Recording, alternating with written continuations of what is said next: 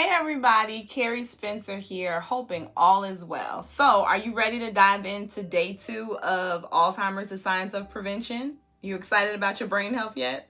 Not yet? Well, you will be. By the time this series is over, I hope you'll be excited about your brain health. Before we dive in, I just want to do a quick recap for those of you who did not see the first video, which you can see on my page, whether you're looking at Facebook, YouTube, LinkedIn, or Instagram. Just go into my video section or go into my feed and you'll see the previous video. There we go. So just a little bit about myself. Like I said, I'm Carrie Spencer, and what brought me to talk about Alzheimer's and brain health and all of that stuff, long story short, there is a long line of Alzheimer's in my family. My mom has been diagnosed with it, my grandmother, my great aunt, my great grandfather. So with Alzheimer's running kind of rampant in my family, I decided that I needed to really understand this disease. When it got to my mom, that's when it was like, okay, Carrie, you really need to start paying attention to this because that's your mother. You know what I mean? Like her and her mom both got diagnosed with it, so you need to pay attention. And I'm glad I did, because that took me on this really long journey. I mean, I've been studying this for like 5 years now.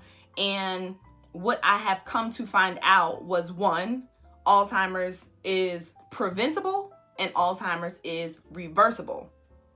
The other thing that I learned was that even though it was, running in my family, it wasn't necessarily it's not necessarily happening in my family just because we may have the Alzheimer's gene, but rather lifestyle decisions are what activate and trigger Alzheimer's in your body. So that was eye-opening, because that let me know that I ultimately am in control of whether or not I get it or not. I am in control of whether or not I set my family, my kids, I have 4 kids, set them up for success with their brain health or not. The other thing that it made me feel compelled to do when I realized that a lot of people did not know the information that I was learning. And when I say a lot of people, I'm not just talking about my family and just, just lay people. I'm talking about physicians, like people who should know it, didn't know. I felt obligated. I felt obligated to start sharing the information that I was coming across, especially because some people may think that because they don't have Alzheimer's in their family or, someone close to them, that they're safe. And that's just not the case. I came across quite a few doctors, so I'm not going to start naming now, but there was a series that came out maybe about 2 years ago called Awakening from Alzheimer's. And that first series was talking about how Alzheimer's was reversible. And then what they did from that series was they said, okay, we've talked about how it's reversible.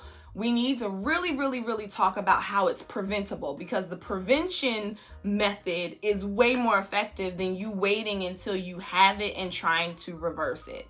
So that series is running again as we speak.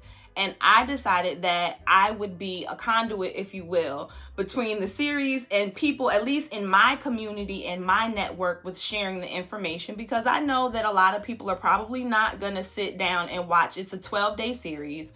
I know that a lot of people are probably not going to sit down and watch the series at this juncture because they may not see the value. They may not know about it. They may be too busy. Whatever the reasoning, I'm not here to judge. I just felt like I could do my part by sharing the information.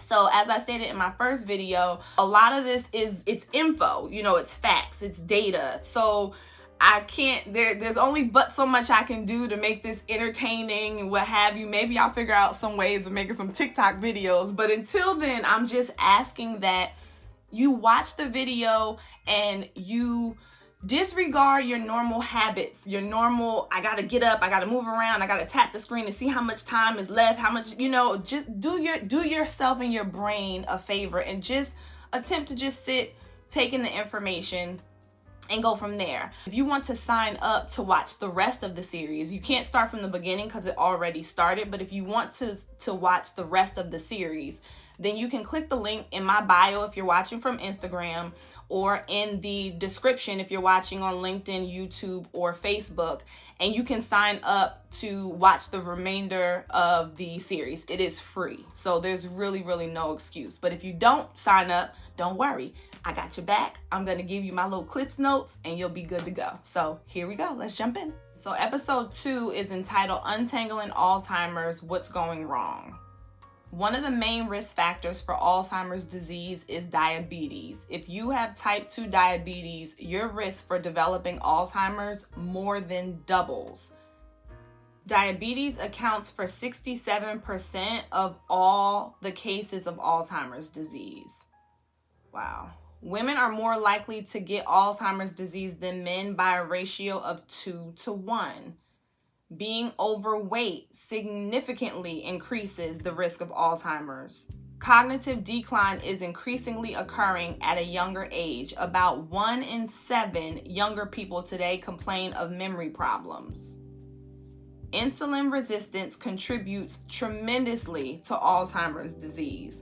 While many assume Alzheimer's is the result of aging, the rates of Alzheimer's is increasing much more rapidly than the aging of our population. The single most significant risk factor to the disease is age, but it's not necessarily your chronological age, but rather your biological age. Did you know that there was a difference?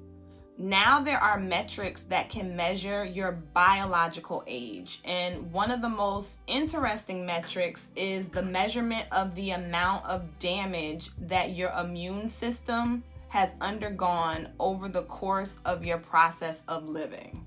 Okay, so a few statistics about women. 1 out of 6 women are at risk of developing Alzheimer's disease during their lifetime, as opposed to 1 in 11 men. 2/3 of all Alzheimer's disease, or all people who are living with Alzheimer's disease, are women. 2/3 of the caregivers are women as well. So women, we're at the center of this disease right now. And just take my situation for instance. My mom, my grandmother, my great aunt, and my great grandfather. So 3 out of 4 women. Some possible reasons for these numbers. Hormones.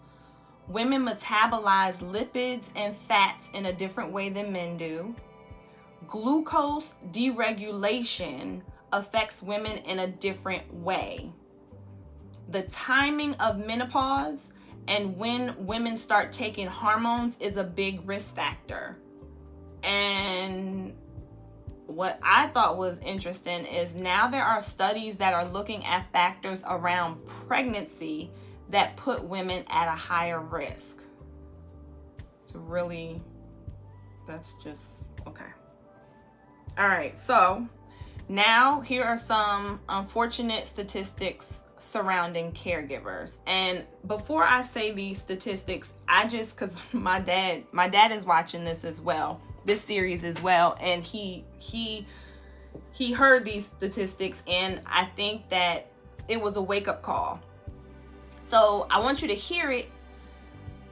I don't want you to internalize it as, oh my God, my fate, like this is my fate. At the same time, hear it if you're a caregiver and use the information to empower yourself.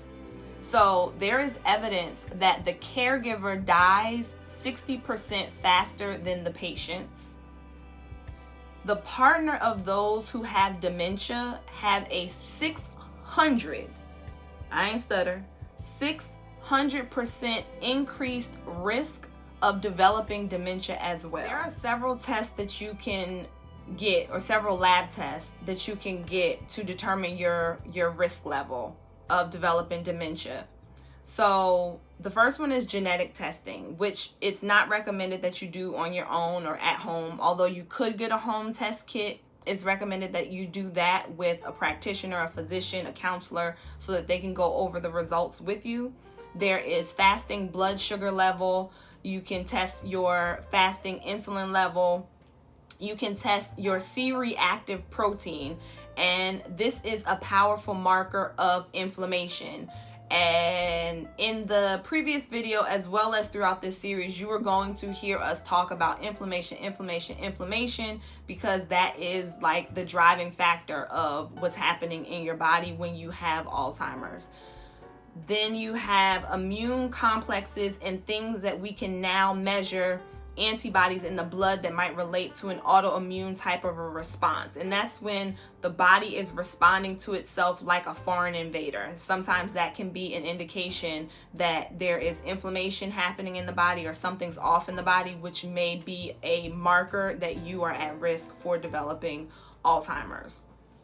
We can use all of these tests to get a picture of where we are, what our risk may be, and for tracking moving forward. So let me see, hold on. So one of the things that I did recently that I hadn't done before was I got a glucose meter.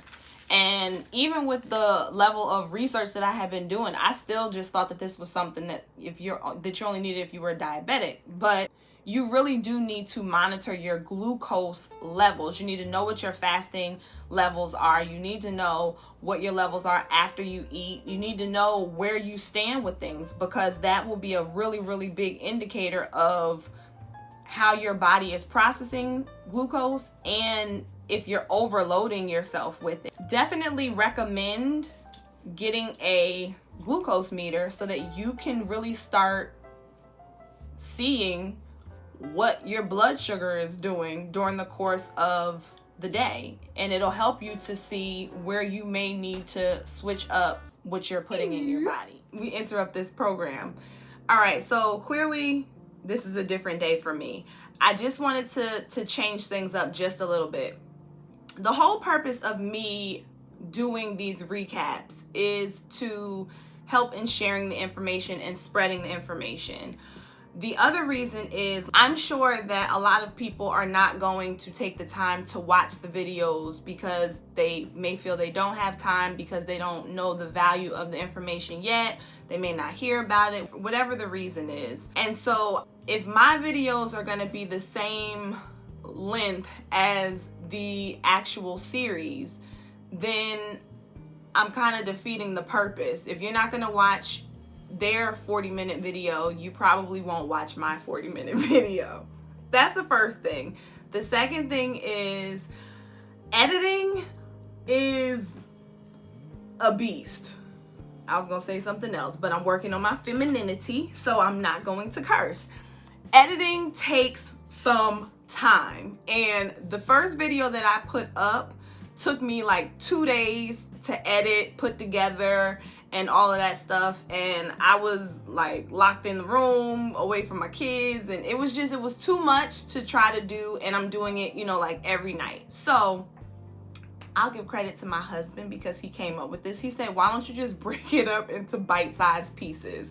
And I was like, well, they might, I'm supposed to do each day with the series, but I don't need to do that. The purpose is to get the information out as best I can for people to receive.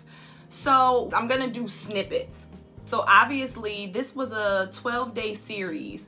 We're gonna go beyond 12 days, but I'm gonna make it so that they're not these long videos that you have to sit through, and hopefully that will be better for people to receive the information. That being said, tomorrow I will pick up where I left off. After I finish, because I've already recorded day 2 of the series. I recorded the whole thing.